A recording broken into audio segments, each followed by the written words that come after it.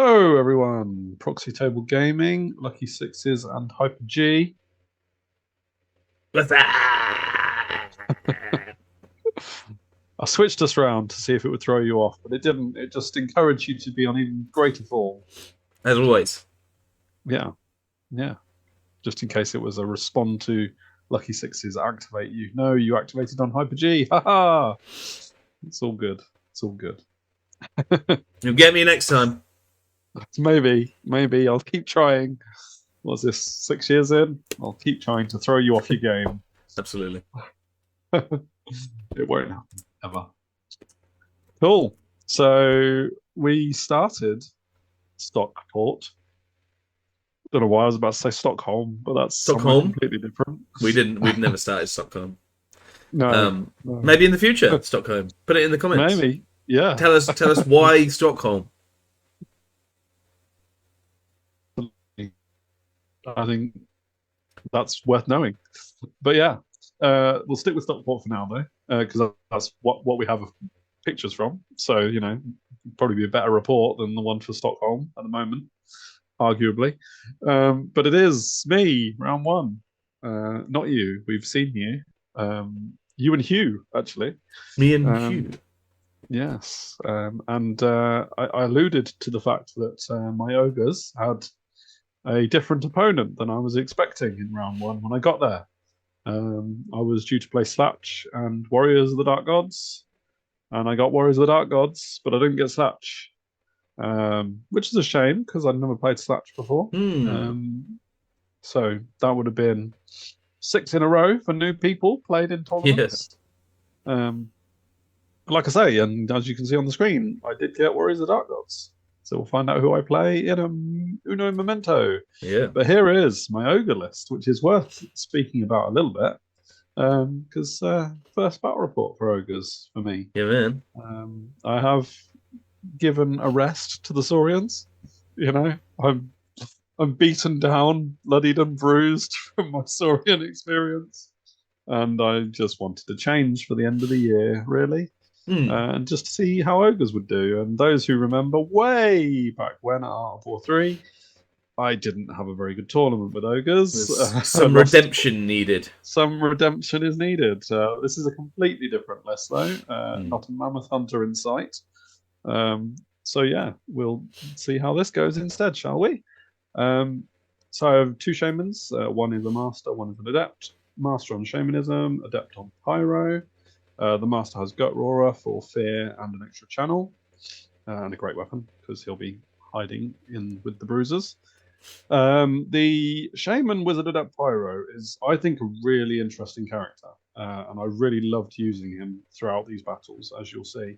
He paired weapons Ritual Bloodletter, so that gives him an extra 2 attacks. And if he's in combat, he gets an extra channel from Ritual Bloodletter as well. So I could be up to channel 4. And then he's got Spine Splitter, which means on the charge, he's an extra strength, AP, and an extra attack. So for a Shaman, he could potentially have 6 attacks and impact hits and a stomp, which is pretty good for a Shaman. Absolutely. And then he's also the bearer of Liger's Tongue, which is now reducing my opponent's offensive skill by 2, which is pretty cool. Not as cool as the old one, but it's still cool. Then I've got a Great Khan for Discipline 9. He's rocking the Destiny's Call 4 up, with paired weapons as well. Touch of Greatness for lots of strength 6 attacks. And Rod of Battle, I wouldn't go far without it. And Potion of Swiftness, which seems to be the thing I like to put on my killer characters. To get them attacking, hopefully soon.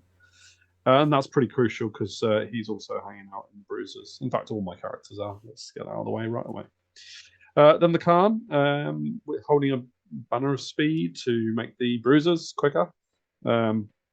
He's only got 5 of armor, but he is paired weapons and a 5 of Aegis, and Cult Leader just gives him 18-inch rally around the flag range.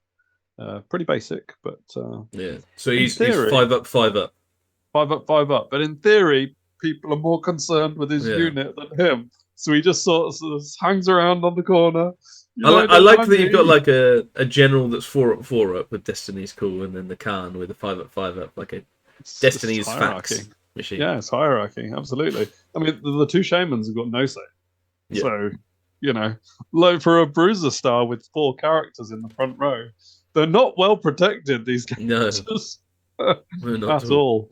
So yeah, it'll be fun to see how they go.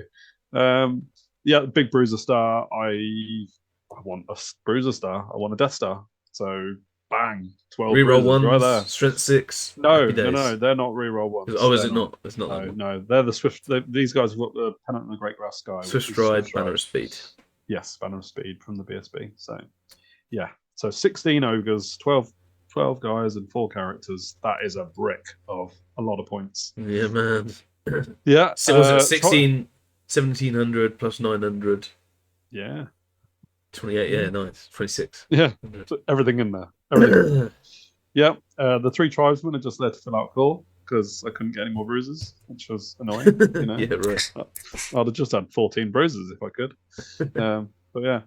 But they are scoring unit, and with Iron Fist, they're 4 attacks each and parry, which is quite nice on a little scoring dart. Yeah. Then I've got another Death Star because that's what I want to do with this list. 8 Merc Vets. They are the ones that, with the Banner of the Guy, get with ones to hit, to wound, and armor saves on the first round of combat. I've given them plate armor and Swift Stride for their Merc Vet upgrade. And they're also rocking with Iron Fists. So they are Iron Fist given parry? Very good. Yes. So parry, 3 up armor, and Swift Stride.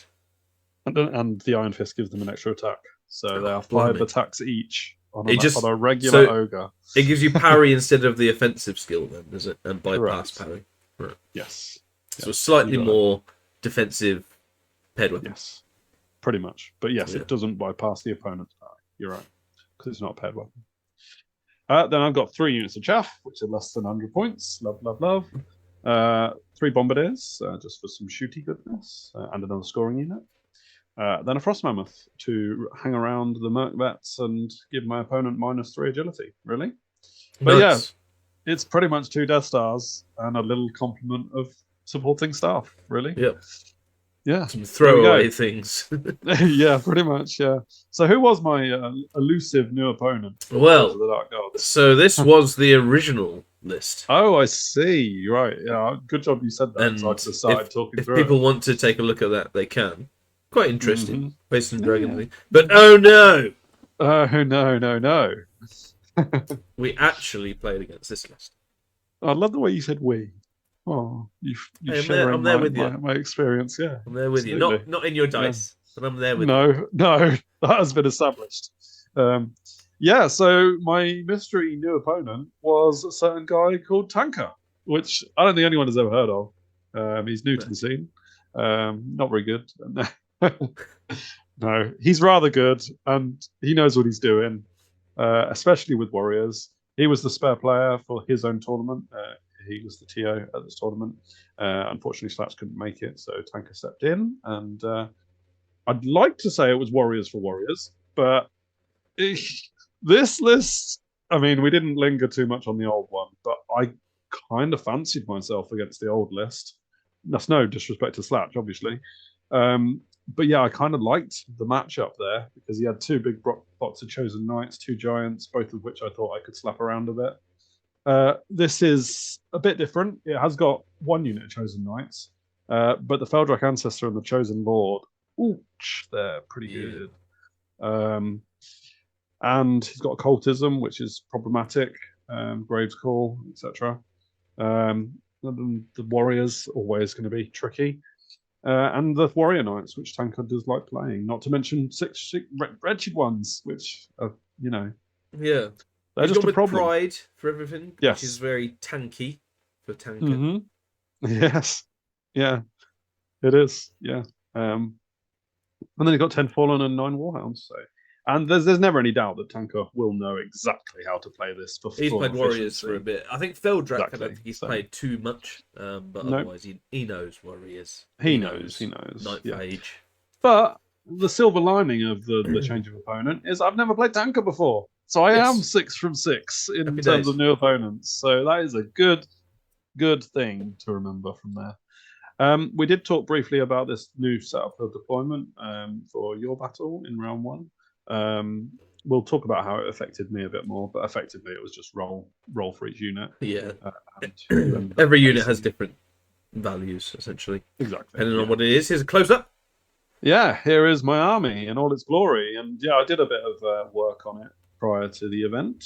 Did some basing. Yes, I'm aware that a lot of my circular bases are Age of Sigmar, and I've converted them sort of to square bases. But no, nobody mentioned that because it's just 9th Age, right? Yeah, I was quite happy with the work I did on it. Actually, I quite enjoyed it. Basing it up and putting some wash on, adding some colours and things like that. Yeah, the fire is very undetailed on the pyro mage at the front. But yeah, I quite enjoyed doing it. It's quite cool. So let's see how they get on. So it has to be said that when I was rolling off my units, I rolled really well. I know you said that Hugh rolled really well. He just rolled 6s for everything. Yeah. I rolled really well as well, except for one unit, which unfortunately for me changed everything. Because the Frost Mammoth was the only one that didn't roll well. He was on -2 modifier, to be fair, so it was going to be tricky. I used my re-roll on him and got the same number, so it was like, because you had a re-roll if you didn't like the roll you got. And that meant the Frost Mammoth had to be on this right side of the deployment, which kind of forced me into deploying most of my army near the Frost Mammoth in the center. Whereas I actually would have much rather been a bit nearer the left side, really. And the reason I wanted the left side is because I knew, because you did the characters first, that the Feldrock Ancestor was deploying in Tanka's left side, my right. Right. Stay and away from I it. was desperate to be away from that guy and like have that guy spend 3 turns getting to me. Yeah. And then the Frost Mammoth turned up there, and I didn't feel like it could really outrun the Feldrock Ancestor. So I thought I might as well try and see what I can do and keep my army together, which is the idea of the Death Star, really. Yeah. Not the double Death Star. For sure. So looking at Tanka's deployment, he did have a bit of a challenge with it because his dogs got deployed right at the other side to his Feldrock Ancestor. So, they were going to take a while to be involved as chaff because it would take them some time to get into the battle. Then he's got his Wretched Ones, which, again, not ideal for a random mover. It could take them a little while to get involved as well. But then everything else other than the Feldrock Ancestor was pretty much in the center. So he's got his Chosen Knights on the left as we're looking at it. Then his Warriors, then his Chosen Lord on a chariot, and then the Warrior Knights in front. They're on the hill in front of the Fallen, and in the Fallen is the Sorcerer. And for me, the Saber-Toothed Tiger was the first drop of mine in the center, which hopefully didn't give too much away. The Bruiser Star with all 4 characters, bang, center, boom, with the tribesmen behind. Then I've got a unit of Scrappling Trappers in front of the Merc Vets. I did trap that forest, I think it was. Tanka decided not to use his Wasteland Torch, actually. He has it on the Chosen Knights, but didn't change the terrain. I don't know if that was because he was too busy TOing or whatnot, but he did say, I just won't use it. So, fine. Fair enough. And then the Frost Mammoth in front of the Bombardiers with some Scrappling Trappers trapping that field that is carpet. Nice. Yeah. Cool. So Tanka got first turn. I think it was just a straight roll off, or at least there was a slight modifier depending on who finished first and whatnot. But Tanka got first turn and took it. The Wretched Ones bomb forward. The dogs decide that they're needed more in the center, so come inwards rather than going all the way around the outside. He actually said, Tanka said, I would put the dogs down the flank, but I think the Saber-Tusk can kill all of them. They can take him, yeah. And he might well be right. So, it's funnily enough, that single Saber-Tusk was zoning all the dogs. So he decided to come into the middle and do it that way instead, which is fair enough. So yeah, the Wretched Ones and the Chosen Knights are coming around my flank, which is not overly well guarded for those bruisers. That is an issue. Yeah, the Saber-Tusk does have to do a lot of work. Yeah, he's probably not going to be able to take out the Wretched Ones, the Chosen Knights, and the dogs. It's just gonna... Right, come on then, boys.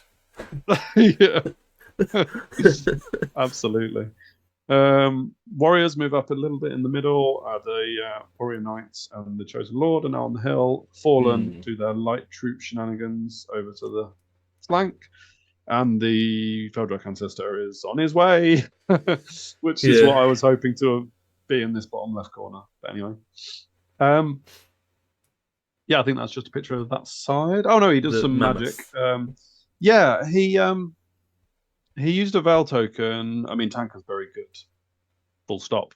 But he knows his ranges and got well within the Veil token Grave Call range. And yeah, I think I tried to stop something and hoped something else would roll low, if that makes sense. yeah. And took 3 wounds on the Frost Mammoth, which the amount of missiles he had, it seemed like it was going to happen. Yeah, he's got at some point. occultism, hellfire, so, all that stuff. Yeah. Exactly, hellfire is a problem. So yeah. So this is how I responded. I basically just fanned out a little bit. I had in my ear, or in my head, I'm pointing to my head, not my ear, that Tommy, who kind of gave his thoughts, Tommy T, on this Ogre list, he was like, play aggressive stuff, play aggressive, you've got to play aggressive. And I was like, well, I don't really want to just run at him when I'm going to get flanked on all sides by everything. So I was disregarding Tommy's advice right from off. I know, shoot me. And just moving up tentatively to begin with. So yeah, I just fanned out a little bit. I didn't want to have the Chosen Knights be in range of a flank charge on the Bruiser Star just yet. Yeah. It was breakthrough, so you know, yeah. So I was just getting ready a bit really, and the Frost Mammoth I was hoping was gonna get a crossbow shot or something on the Feldrak Ancestor and just do a wound here and there or chip away, and maybe the Bombardiers could do a wound too. And as it happens, going into Tanka's second turn, he doesn't take the bait in the middle. He doesn't come forward with his warriors at all. He does come forward with his Feldrak Ancestor, having taken 2 wounds on it. I think the Bombardiers did at least one of them wounds. I think Magic did the other wound. The Ogre crossbow on the Frost Mammoth didn't do anything. But yeah, he's in my flank, and I didn't defend against that intentionally. Like I could have anchored the Merc Vets to be pointing at them a bit more, but I deliberately didn't do that, and that'll become apparent in a minute. But yeah, the Wretched Ones continue moving up, and this might be before he's moved his Chosen Knights. Can't remember, so I don't think they stay there. And the dogs haven't moved either, but I might have got a little bit snap happy on the photos. His magic. He does a couple of wounds to the trappers. Only 4 out of 5, so they're still happy. And they passed their panic test as well, so good for them. Little critters, they'll stick around for a bit longer. And yes, what I do in response is I basically just run forward with my Merc-Vets, finally. Yeah, we see the rest of Tanka's move here. He has moved his Warrior Knights to face more into the middle, which did leave a little bit of a avenue for the Merc-Vets to just bomb forward and forget about the Feldrak Ancestor behind. And just go for the Warrior Knights, really. Not worried at all about the Fallen.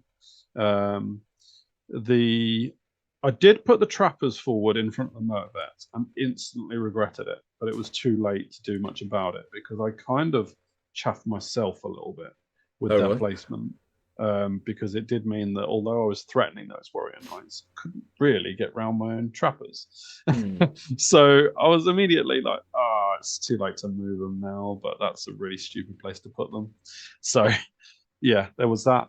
My Bruiser Star comes forward a little bit more tentatively, but effectively, I was thinking to myself, the Sabertusk can come up and chaff the Wretched Ones, so they can't get in my flank this turn.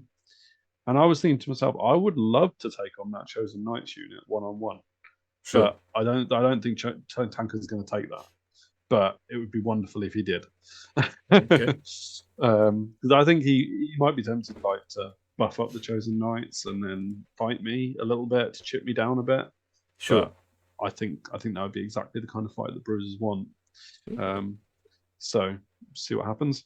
I did leave the Frost Mammoth to its fate. Yeah, well, it was just shown in this next picture. Yeah, exactly. And I don't really know whether I could have easily got it out of line of sight. I think I probably could. But my issue was that I wanted to keep the Bombardiers and the Frost Mammoth as an option for him.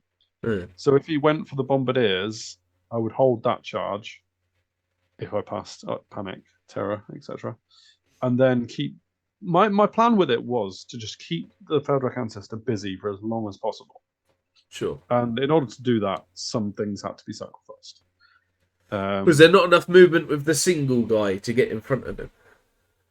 The single guy? No.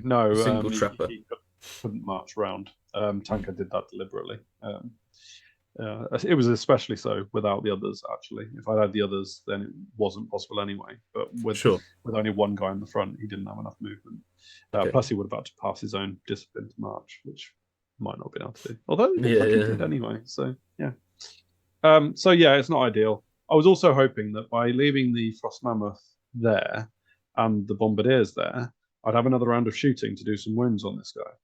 And I think I did one between them, which was a bit disappointing because the hunting spear is like hitting on 3s, wounding on 4s, or 5s. So it's not definite, but it does D3 wounds to gigantic. So that could have really hurt the Feldrak Ancestor, but nada, didn't get it through. And this will be the result. And he gets in. He gets in, indeed. It wasn't very far. I also was a little bit annoyed that I'd left the tribesman overrun there, because with a 9, if he goes through the Frost Mammoth, he could get straight into the tribesman. I was focused on him not overrunning into the Bruiser Star that I just then moved the tribesman there, and that was a bit silly of me. He does also take, it's not really a charge, the random move with the Wretched Ones. They go into the Sabertooth, so his job is done. And he releases the hounds, marches through the water and takes a fair few casualties, but passes the panic. Plus he's also sacrificing dogs for his occultism stuff. So that's why he's lost a few there. But the dogs are now stood in front of my bruisers. And that is, what dogs are there for, really? So can't argue with that. You've got no terror, have you? No, other than the Frost Mammoth, which is about to be dead. Interestingly, with my blunder about the Scrapping Trappers in front of the where the Fallen are now, when Tanka arranged the Fallen there, he made a big point of you can still charge your Merc Vets into the Fallen, but you would have to charge the Scrapping Trappers as well. Yeah. And obviously that is a problem with giving them 5 free combat res, etc. And the way you'd maximise, but you wouldn't get too many Merc Vets. I wouldn't get many Merc Vets in, exactly. So that was established on Tanka's turn, which is just a mark of how good Tanka is. So is that a terrible thing, though? Because you'll be steadfast, right? Oh, yeah. Yeah. Mm-hmm. So even if you do that, so it'll hold you up for one turn, but... Yeah, we'll see whether I fancy it or not. Sure. But yeah, effectively, what I could do with the Merc Vets was established in Tanka's turn, which is really cool. I think it really helps doing that with your opponent. So yeah, this sorcerer uses a spell on the Scatling Trapper. It was actually quite funny because this tournament I was all about being quick in my decisions and not overrunning and things like that. And Tanka cast like a Hellfire or something. I can't even remember what it was. It wasn't Graves' Call on one trapper, put it that way. But I glitched and took ages to let him know that he could have it. Tanka was like really confused, and I just woke up and was like, "Oh yeah, of course you can have that. It's on a trapper." And it took me like a good 10-20 seconds to just let him cast it. Oh right, okay. It was so ridiculous considering I was trying to be quicker with myself. Anyway, Wretched Ones murder the Sabertooth, which is fair enough.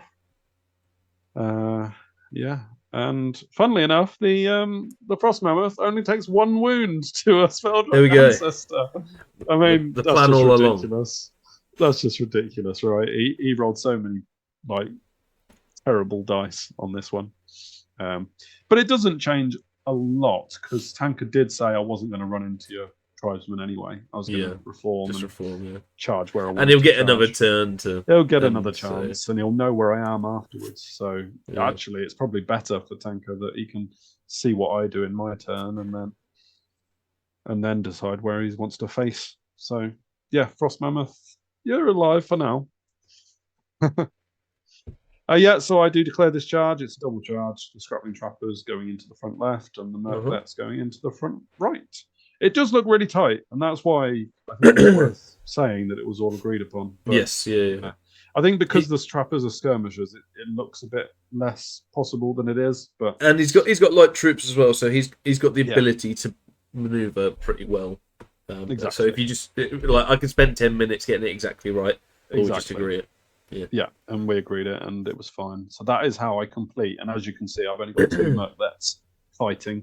The yellow guy in the front left is actually my champion, though, so that is an extra attack, which is quite handy. But yes, that was how it ended up. I don't believe I declared a charge with the brute. No, maybe I did. No, you didn't. No, I didn't. No.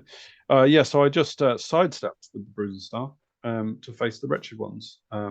Again, I would really love it if the Wretched Ones and or the Chosen Knights just came and fought my Bruiser Star in the front. I reckon I can take both of them. I'm that confident in the Bruiser Star.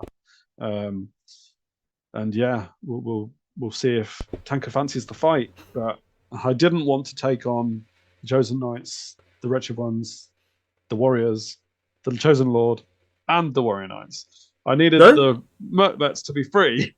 First. You not fancy that? You not fancy all of them in? It's 5 on 1. No, not quite. I mean, I am worth 2,700 points, but not quite.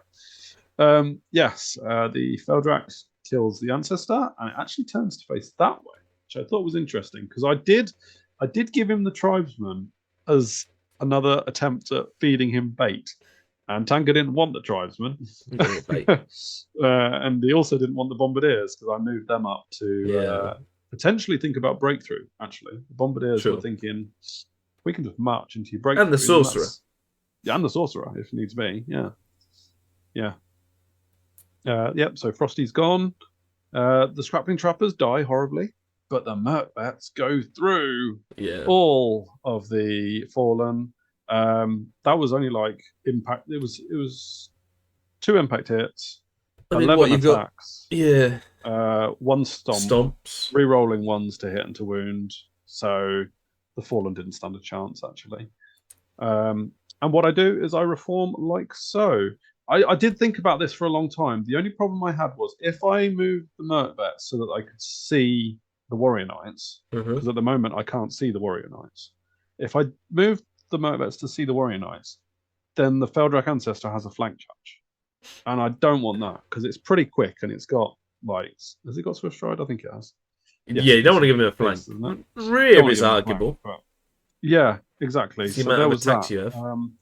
So I kind of just thought, no, let's see what Tanka's going to do. And if needs be, my Bruiser Star just holds off his Chosen Knights because there is only scoring that's come forward. And my Mercvets and my Bombardiers get in the deployment zone and win the objective. Sure. So that was my thinking at this stage. I didn't need to force anything over there. So part of the bait is taken because now that he's only got a flank charge on the Mercvets and it is quite a long way, he goes for the Bombardiers. And I'm thinking to myself, do I flee that? I was going to say, if I do flee that, he then goes to the actual Mercvets, and then I've lost. Well, then I've lost my Bombardiers, and my Mercvets are in a little bit of a trouble. So I decided to hold with the Bombardiers for that reason, to give the Feldrak Ancestor a bit longer fighting. You see, it's taken another wound. I don't know what that's from. Maybe the Frost Mammoth did one as well. So he is actually bleeding that Feldrak, which is quite cool. And this is Tanka's movement. So the dogs come up and chaff the Bruiser Star still, although they're only chaffing the front right corner, which is where my Great Khan is. The other 3 characters are all free if they wish to be. The Wretched Ones move around the flank, go round the Bruiser Star for a rear charge later on, potentially. The Chosen Knights are still waiting for me to take the bait of killing the dogs. And they're also obviously the only scoring that Tanka's got anywhere near my deployment. So I'm keeping a close eye on them. But I'm prepared to accept 1-1 if it comes to it. So, you know. Over here, he does Graves Call or something or other. Or multiple things. Or multiple things. Maybe I had a trapper left after the Fallen fight. That would be something. But now I don't anymore. So yeah. Yeah, he's gone. Yes, and one of the motorbikes goes down. I declare this charge on the dogs, and he flees. Oh no, wait. That's right. Yeah. That's not right at all. With the shaman. Yes, And then you not with the redirected. unit, and then I redirected with the shaman into the chosen knights. And you know, you might be thinking to yourself, what on earth is a pyro shaman charging into chosen knights for? Well, I did tell you, I quite like that killy pyro guy. shaman. This is the killy guy, and I reckon he won't win unless things go very well, because they could go very well, and he could win, and Tanka could fail a break test if he does very well on the turn he charges. But it might take him more than one turn to kill the ogre back. This is the guy with all the armor saves and stuff, right? No, none at all. Okay. Yeah, so it's a little bit ambitious, admittedly, but you know. Spells? But I got some spells. I got one spell, Children of Umi. I did take a couple of wounds from the combat, and that is the combat. After the combat, I killed the chosen knight. So yeah, come on, shaman killing a chosen knight. That's good, pretty right? Good. Pretty good. But it takes 2 or 3 wounds back. He's got 4, so he's alive. And that was all I really needed him to do, was survive one turn of combat, because that way Tanka can't move in his turn, and I can just get on with the rest of the board. Unlike the bombardiers. Yeah, the bombardiers did their job, but they ran and they stopped there on the board. Oh, so they're alive. Got a chance to rally. Yeah, okay. They're alive. And clearly that was my genius in only giving the flank to the guy. Rather, no, that's false. He would have had the same attacks anyway. Yes. So Tanka didn't go with moving the warrior knights far, or didn't move them past my motorbats or into their line of sight or anything, which meant I had to move my motorbats towards them to now really put the pressure on. Sure. And my idea here was, yeah, exactly. Either he stands still and accepts a charge, or one of them has to charge me to stop. And the warriors couldn't see them. So it was now down to a fight between my motorbats and the warrior knights and the chosen lord. He is a chosen lord, though, so I'm not like... I'm going to need a bit of magic there. And I don't know if this is... I don't know exactly when this... Presumably, this is after your magic, though, because this is combat, so you don't get any magic on them, but you do bit on these guys and the shaman that's in the other combat. Yes, pretty much, yeah. So, yeah, I can't get magic everywhere, and that is the problem with when you've got multiple Death Stars situations going on. Yeah, I guess so, yeah. And then so going into Tanka's turn, he declared a charge with only the chosen lord on my motorbats. He also declared a charge with the Feldrock ancestor into the rear of the motorbats. Okay. And I think he only needed about 7 swift stride, and he didn't get it. And that was obviously a bit unfortunate for Tanka, but I was delighted for obvious reasons. Of course. I couldn't close the door with my motorbats anymore to allow more attacks on the chosen lord, which was a little bit annoying, but that's because of where the warrior knights were, because it was such a small space. Yeah. So it did mean that not many motorbats were fighting the chosen lord, unfortunately. So I'm about an inch away from Tanka's deployment zone, which is annoying, because if I was fighting that Tanka's deployment zone, then that would be better for the objective. Yeah. So I could just grind all day. Grind. Over here in the combat, I mean, that was always going to happen, especially off the charge. But my plan was really... stop it with the no armor thing. We're ogres. All right? It's true. You know, it's true. Come on, we don't worry about armor. And in this combat, he kills one guy. I think that might have been the champion, but I didn't actually remove the yellow guy because he was magnetized on. So that was just my champion dying to the chosen lord. And then your turn. I go for it. I pull the trigger and I charge with my bruiser star into the warriors. Tanka effectively had to use his warriors as chaff for my bruiser star. Yeah. He didn't expect it to go well, but he'd run out of things that could stop the bruiser star because those chosen knights were busy killing off the shaman. So I think the shaman thing was a success. But yeah, effectively, and to compound that success even more, you don't see warriors deleted like that very often, right? No, you don't. But Bruiser Star, yeah, only lost 2 bruises. It only takes 16 ogres to do that. Pretty much. 15 because I'd sacrifice the shaman, but yeah. Tanka moved the warrior knights around. This is the combat. Oh, the continue of the combat. Yeah. So Chosen Lord kills another merc there. So did you not? Did you overrun with the bruisers in order to get into the objective? So what I did was I had a choice of. So if you go back to the previous picture, actually, is this beforehand or after? This is the after combat. This is before. Yeah, there you go. So I'm about here, and I've gone through the warriors, but I haven't killed them all. So I have got the option of letting them go, or do I go after them to try and get their points and move close to the objective? And I go with the idea of overrunning. One, because I'm Swift Stride and I can get the points by running down the warriors, which I do. So that's that. 2, the Chosen Knights have now got a longer charge to get into my flank if they decide to take it, and they might fail that. And 3, I'm accepting the fact that the Warrior Knights are going to be in my flank rather than my front. But I decide that it's better to be further than the Wretched Ones, the Chosen Knights, and take a Warrior Knight flank, plus being near the objective and running down his warriors. Is better than standing put, not getting his warriors, etc. Yeah. And that's what I go with, and we hope that Tanka fails some charges. It probably should be noted, actually, that his Wretched Ones failed a quite easy charge into the rear of my Bruiser block at one point. I think the turn that he chaffed my Bruiser Star with the warriors, he actually needed like a 6 or a 7 to get his Wretched Ones into the rear of my Bruiser Star. Yeah. And failed it, which is why the Wretched Ones are not getting involved at all. So, yeah, that was fortunate as well. I'm not wounding the Chosen Lord at all. I've got a lot of attacks against him, and he is res 5 1-up armor, right? Yeah, I don't think he had any Aegis save, and I'm only AP2 as my shoe. Oh, is he 1-up rerollable? Yeah.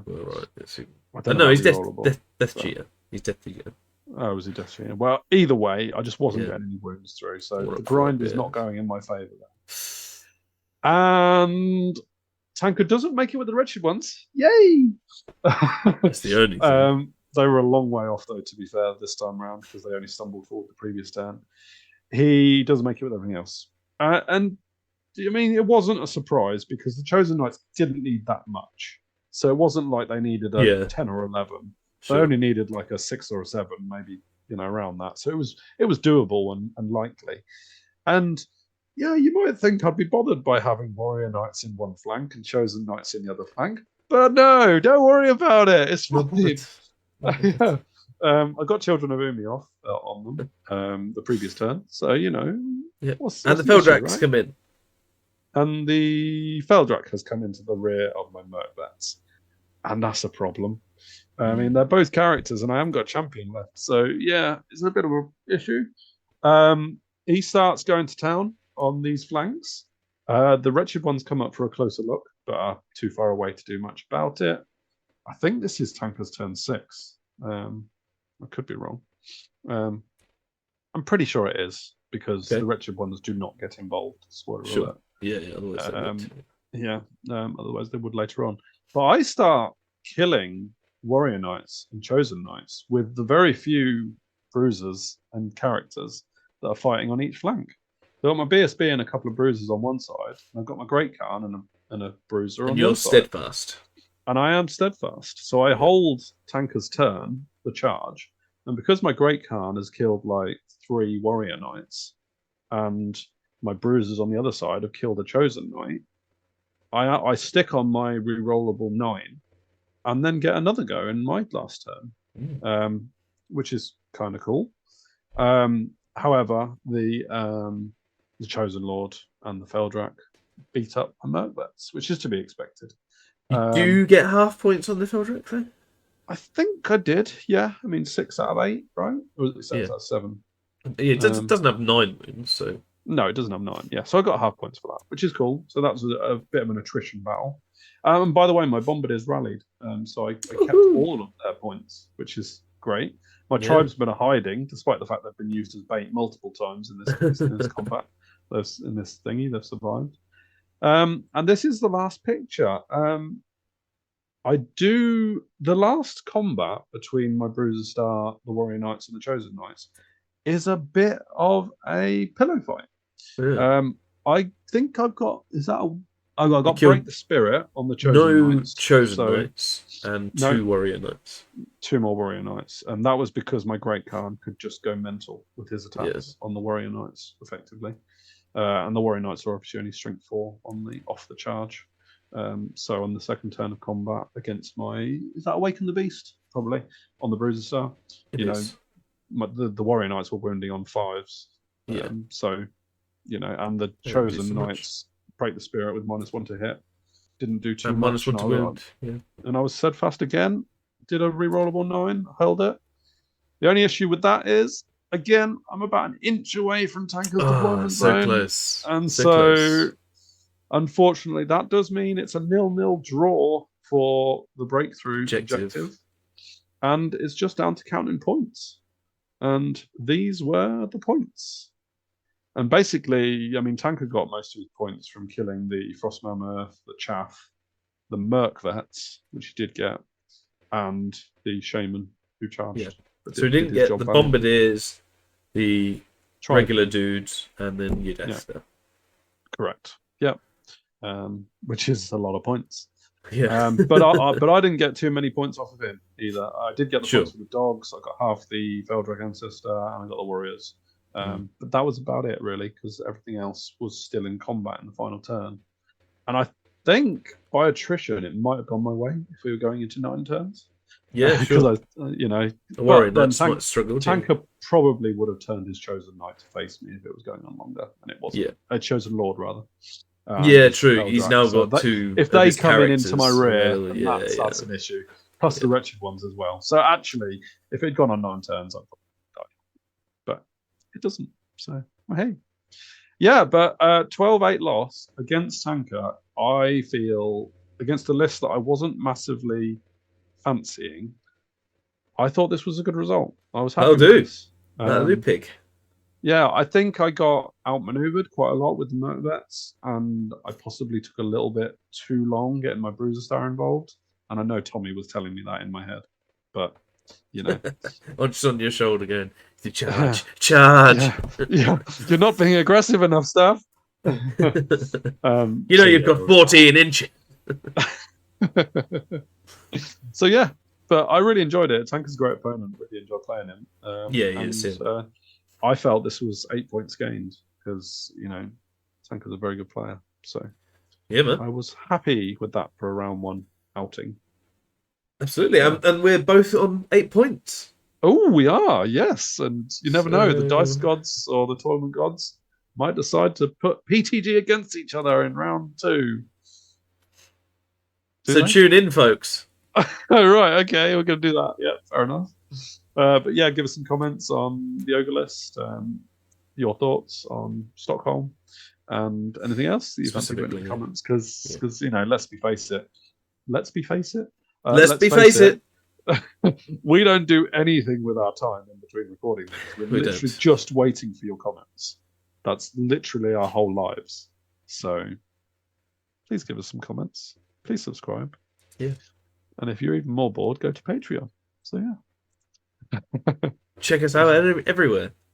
Yeah, exactly. Right. Shall we stop talking and go talk about round 2 soon? Yes. Where we fought the comments. Oh, no, spoiler alerts. See you there. See you later.